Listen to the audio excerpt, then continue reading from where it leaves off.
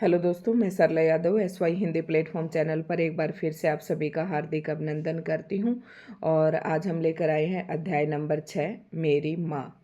तो ये है NCERT, new NCERT 6th class, और NCERT की बुक का नाम है मल्हार।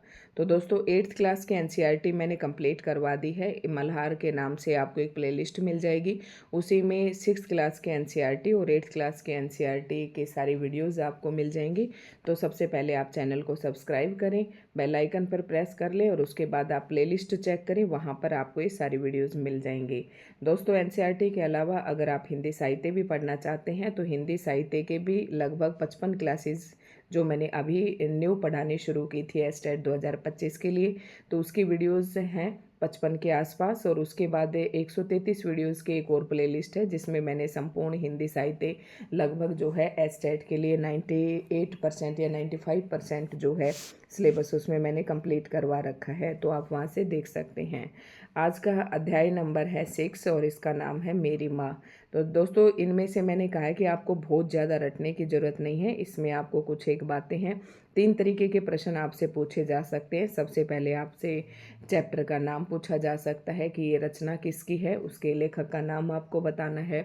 दूसरा उसका प्रमुख भाव क्या है कहने का, तो इस तरीके के प्रश्न आपसे पूछे जा सकते हैं। या फिर हिंदी की विधा के दृष्टिकोण से किस प्रकार की रचना है। तो 3 प्रकार के प्रश्न आपसे पूछे जा सकते हैं। मेरी माँ, इसके जो लेखक हैं वो है श्री राम प्रसाद बिस्मिल।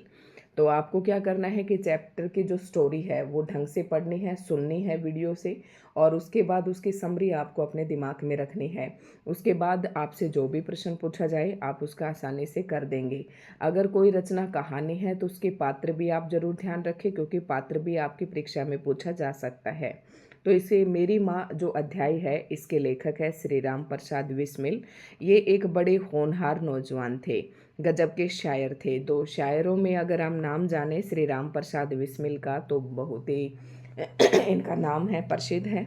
देखने में भी बहुत सुंदर थे, योग्य बहुत थे। जानने वाले कहते हैं कि यदि किसी और जगह या किसी और देश या किसी और समय पैदा हुए होते तो सेनाध्यक्ष बनते। ये कहना है हमारे देश के प्रसिद्ध स्वतंत्रता सेनानी भगत सिंह का बिस्मिल के बारे में। ठीक है। राम प्रसाद बिस्मिल का जन्म, और जो हमारे गरम दल के नेता थे उनमें भी राम प्रसाद बिस्मिल का नाम लिया जाता है। तो राम प्रसाद बिस्मिल का जन्म हुआ उस समय भारत पर अंग्रेजों का आधिपत्य था।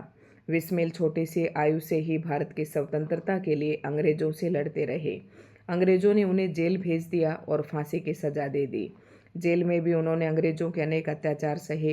जेल में रहते रहते ही उन्होंने चोरी छिपे अपनी आत्मकथा लिखी। तो ये आत्मकथा के रूप में है, ठीक है। और अंग्रेजों से बचते बचाते जेल से बाहर भेजते रहे। उनके साथियों ने उसे प्रकाशित भी करवा दिया। इसका नाम रखा गया निज जीवन की एक छटा। तो ये प्रश्न बहुत ही इम्पोर्टेंट है दोस्तों, आपसे पेपर में पूछ सकते हैं कि निज जीवन की एक छटा ये आत्मकथा किसकी है, तो इसका आंसर होगा बिस्मिल प्रसाद। इस पुस्तक ने अंग्रेजों के होश उड़ा दिए। लोगों में अंग्रेजों के विरुद्ध क्रोध और बढ़ गया। इस तरह इस आत्मकथा के कारण अंग्रेज बिस्मिल को फांसी देने के बाद भी उन्हें हरा न सके। तो ये कुछ एक प्रश्न थे जो आपको ध्यान रखना है। इस आत्मकथा के माध्यम से आज भी बिस्मिल हमारे मस्तिष्क में जीवित है। आज भी आत्मकथा लोगों को प्रेरित करती है। क्या आप भी उनकी आत्मकथा को पढ़ना चाहते हैं? क्या कहा? हाँ, तो यहाँ प्रस्तुत है उसी आत्मकथा का एक अंश। तो मेरी माँ ये इनकी आत्मकथा का नाम नहीं है, जीवन की एक छटा, निज जीवन की एक छटा ये आत्मकथा का नाम है। और उसी का एक अंश यहाँ पर आपको अध्याय के रूप में प्रस्तुत किया गया है, उसे आपको ध्यान से पढ़ना है। लखनऊ कांग्रेस में जाने के लिए मेरी बड़ी इच्छा थी। तो यहाँ पर कौन लिखना है, मेरी कौन मतलब लेखक, और लेखक कौन है, बिस्मिल प्रसाद। दादी जी और पिताजी तो विरोध करते रहे, किंतु माताजी ने मुझे खर्च दे ही दिया। उसी समय शाहजहाँपुर में सेवा समिति का आरंभ हुआ था। मैं बड़े उत्साह के साथ सेवा समिति में सहयोग देता था।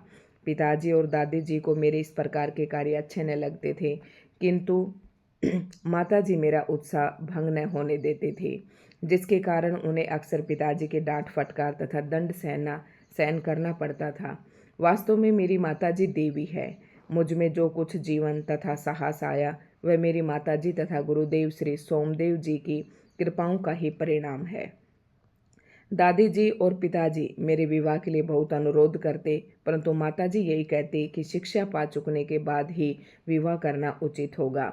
मतलब उसकी माँ जो है इसका फेवर लेती थी, जो देश को आज़ाद कराने के लिए जो भी ये कार्य करते थे उसमें, और दादी और पिताजी इसे अच्छा नहीं समझते थे।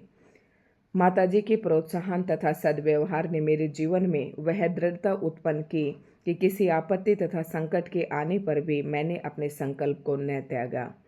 तो आगे लिखते हैं, एक समय मेरे पिताजी दीवानी मुकदमे में किसी पर दावा करके वकील से कह गए थे कि जो काम हो वह मुझसे करा ले। कुछ आवश्यकता पड़ने पर वकील साहब ने मुझे बुला भेजा और कहा कि मैं पिताजी के हस्ताक्षर वकालतनामे पर कर दूं। मैंने तुरंत उत्तर दिया, ये तो धर्म विरुद्ध होगा। देखो, वकील ने बुलाकर क्या कहा कि मुझे बुला भेजा और कहा कि मैं पिताजी के हस्ताक्षर वकालतनामे पर कर दूं। तो इस पर बिस्मिल ने कहा, उत्तर दिया कि यह तो धर्म विरुद्ध होगा, इस प्रकार का पाप मैं कदापि नहीं कर सकता। वकील साहब ने बहुत समझाया कि मुकदमा खारिज हो जाएगा, किंतु मुझ पर कुछ भी प्रभाव न हुआ। न मैंने हस्ताक्षर की। अपने जीवन में हमेशा सत्य का आचरण करता था, चाहे कुछ हो जाए सत्य बात कह देता था। 11 वर्ष की उम्र में माताजी विवाह कर शाहजहाँपुर आई थी। उस समय वह नितांत अशिक्षित एक ग्रामीण कन्या के समान थी। शाहजहाँपुर आई थी वही शादी करके इनकी माँ। शाहजहाँपुर आने के थोड़े दिनों बाद दादी जी ने अपनी छोटी बहन को बुला लिया। उन्होंने माताजी को गृह कार्य की शिक्षा दी। थोड़े दिनों में माताजी ने घर के सभी कामकाज को समझ लिया और भोजन आदि का ठीक ठीक प्रबंध करने लगी। मेरे जन्म होने के 5 या 7 वर्ष बाद उन्होंने हिंदी पढ़ना आरंभ किया। पढ़ने का शौक उन्हें खुद ही पैदा हुआ था। मोहल्ले की सखी सहेली जो घर पर आया करती थी उन्हीं में से शिक्षित थी। माताजी उनसे अक्षर बोध करती थी, मतलब उन्हीं से सीखा था। इस प्रकार घर का सब काम कर चुकने के बाद जो कुछ समय मिल जाता उसमें पढ़ना लिखना करती। परिश्रम के फल से थोड़े ही दिनों में वह देवनागरी पुस्तकों का अध्ययन करने लगी, यानी कि वो हिंदी पढ़ना सीख गई थी। मेरी बहनों को छोटी आयु में माताजी ही शिक्षा दिया करती थी, यानी कि बिस्मिल प्रसाद की जो बहन थी उनको शिक्षा उनकी माता ही दिया करती थी। जब से मैंने आर्य समाज में प्रवेश किया, माता जी से खूब वार्तालाप होता। उस समय की अपेक्षा अब उनके विचार भी कुछ उदार हो गए हैं। यदि मुझे ऐसी माता न मिलती तो मैं भी अति साधारण मनुष्य की भांति संसार चक्र में फंसकर जीवन निर्वाह करता। शिक्षा आदि के अतिरिक्त क्रांतिकारी जीवन में भी उन्होंने मेरी वैसे ही सहायता की है जैसे मेजनी को उनकी माता ने की थी। माताजी का सबसे बड़ा आदेश मेरे लिए यही था कि किसी की प्राणी हानि न हो, प्राण हानि न हो, मतलब किसी की आपको हत्या नहीं करनी है। उनका कहना था कि अपने शत्रु को भी कभी प्राणदंड न देना। उनके इस आदेश की पूर्ति करने के लिए मुझे मजबूरन एक बार अपनी प्रतिज्ञा भंग करनी पड़ी थी। ठीक है। जन्मदात्री जननी, इस जीवन में तो तुम्हारा, आगे लिखते हैं बिस्मिल प्रसाद अपनी माँ के बारे में कि जन्मदात्री जननी, इस जीवन में तो तुम्हारा ऋण उतारने का प्रयत्न करने का भी अवसर न मिला। इस जन्म में तो क्या, यदि मैं अनेक जन्मों में भी सारे जीवन प्रयत्न करूं तो भी तुमसे उऋण नहीं हो सकता। उऋण जिस पर कोई ऋण न हो और ऋण जिस पर कर्जा हो। तो ये आपस में विलोम शब्द हैं, ये भी आपको ध्यान रखना है। जिस प्रेम तथा दृढ़ता के साथ तुमने इस तुच्छ जीवन का सुधार किया है वह अवर्णनीय है। मतलब वो अपने जीवन को तुच्छ समझता है, लेकिन जैसे ही उसकी माँ ने उसके जीवन की बागडोर संभाली तो वो कहता है कि अगर उसके बाद के अपने जीवन का मैं वर्णन करूं तो मैं नहीं कर पाऊंगा। मुझे जीवन की प्रत्येक घटना का स्मरण है कि तुमने जिस प्रकार अपने देववाणी का उपदेश करके मेरा सुधार किया है। तुम्हारी दया से ही मैं देश सेवा में संलग्न हो सका। धार्मिक जीवन में भी तुम्हारे ही प्रोत्साहन ने सहायता दी। जो कुछ शिक्षा मैंने ग्रहण की उसका भी श्रेय तुम ही को है। तुम्हें मतलब अपनी माता को ही कह रहे हैं। जिस मनोहर रूप से तुम मुझे उपदेश करती थी उसका स्मरण कर तुम्हारी मंगलमयी मूर्ति का ध्यान आ जाता है और मस्तक झुक जाता है। तुम्हें यदि मुझे ताड़ना भी देने हुई तो बड़े स्नेह से हर बात को समझा दिया। यदि मैंने धृष्टतापूर्ण उत्तर दिया तब तुमने प्रेम भरे शब्दों में यही कहा कि तुम्हें जो अच्छा लगे वह करो, किंतु ऐसा ठीक नहीं, इसका परिणाम अच्छा न होगा। जीवनदात्री, तुमने इस शरीर को जन्म देकर केवल पालन पोषण ही नहीं किया, बल्कि आत्मिक, धार्मिक तथा सामाजिक उन्नति में तुम ही मेरी सदैव सहायक रही। जन्म जन्मांतर परमात्मा ऐसे ही माता दे। आगे फिर ये इच्छा जाहिर करते हैं बिस्मिल प्रसाद जी कि मुझे जन्म जन्म में यही माँ मिले। महान से महान संकट में भी तुमने मुझे अधीर नहीं होने दिया। सदैव अपने प्रेम भरी वाणी को सुनाते हुए मुझे सांत्वना देती रही। तुम्हारी दया की छाया में मैंने अपने जीवन भर में कोई कष्ट अनुभव न किया। इस संसार में मेरी किसी भी भोग विलास तथा ऐश्वर्य की इच्छा नहीं, केवल एक इच्छा है, वह यह है कि एक बार श्रद्धापूर्वक तुम्हारे चरणों की सेवा करके अपने जीवन को सफल बना लेता, किंतु ये इच्छा पूर्ण नहीं होती दिखाई देती और तुम्हें मेरी मृत्यु की दुख भरी खबर सुनाई जाएगी। ये जेल में रहकर लिख रहा है वो अपनी आत्मकथा। तो जेल से अंग्रेज उसे बाहर निकालने वाले थे नहीं, तो वह अपनी माता के चरणों के दर्शन नहीं कर सकता था। माँ, मुझे विश्वास है कि तुम ये समझ का धैर्य धारण करोगी कि तुम्हारा पुत्र माताओं की माता या भारत माता की सेवा में अपने जीवन को बलि देवी की भेंट कर गया और उसने तुम्हारी कोख कलंकित न की। अपनी प्रतिज्ञा पर दृढ़ रहा। जब स्वाधीन भारत का इतिहास लिखा जाएगा तो उसके किसी पृष्ठ पर उज्जवल अक्षरों में तुम्हारा भी नाम लिखा जाएगा। गुरु गोविंद सिंह जी की धर्मपत्नी ने जब अपने पुत्रों की मृत्यु की खबर सुनी तो बहुत प्रसन्न हुई थी। गुरु के नाम पर धर्म रक्षार्थ अपने पुत्रों के बलिदान पर मिठाई बांटी थी। जन्मदात्री, वर दो कि अंतिम समय भी मेरा हृदय किसी प्रकार विचलित न हो और तुम्हारे चरण कमलों को प्रणाम कर मैं परमात्मा का स्मरण करता हुआ शरीर त्याग करूं। तो ऐसी इच्छा थी जो कि उन्होंने अपनी आत्मकथा, जिसका नाम है निज जीवन की छटा, उसमें इस तरीके से अपनी इच्छा को प्रकट किया और उसी का एक अंश आप सभी तक शेयर किया ताकि आपके भी विचार जो हैं अपनी माँ के प्रति आप समझ सकें।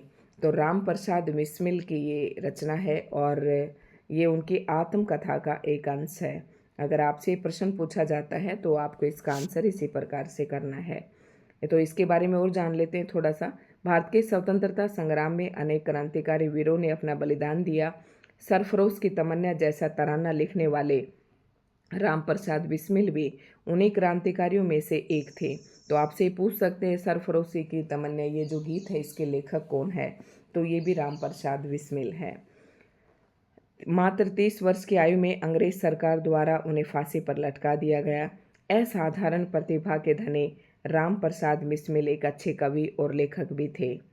उन्होंने अनेक पुस्तकें लिखी जिनसे उनकी आत्मकथा काफ़ी चर्चित रही। मेरी माँ उनकी आत्मकथा का ही एक अंश है। दोस्तों, मैं पाठ में से एक भी लाइन इसलिए नहीं छोड़ती हूँ क्योंकि जब हमें पूरी तैयारी करनी है और एस्टेट हमें क्वालिफाई करना है तो कहीं से भी हमें एक भी लाइन नहीं छोड़नी होती। जो हमने पढ़ लिया उसको इस कदर पढ़ो कि अगर वहाँ से कोई प्रश्न आए तो आपका गलत ना हो। अब यहाँ पर क्या है कि प्रश्न दिए गए हैं, इस प्रकार के प्रश्न भी आपसे पूछे जा सकते हैं और जो ऑप्शन इनमें सही है उसके सामने आपको स्टार बनाना है। किंतु ये इच्छा पूर्ण होती नहीं दिखाई देती। मतलब जब वो जेल में है और अपनी माँ को लिख रहा है कि माँ मैं आपके अंतिम दर्शन करना चाहता हूँ आपके चरणों का, फिर कहता है कि लगता है कि ये इच्छा पूर्ण होती दिखाई नहीं देती। इस संदर्भ में ये शब्द उन्होंने कहे थे। तो बिस्मिल को अपनी किस इच्छा के पूर्ण न होने की आशंका थी? भारत माता के साथ रहने की।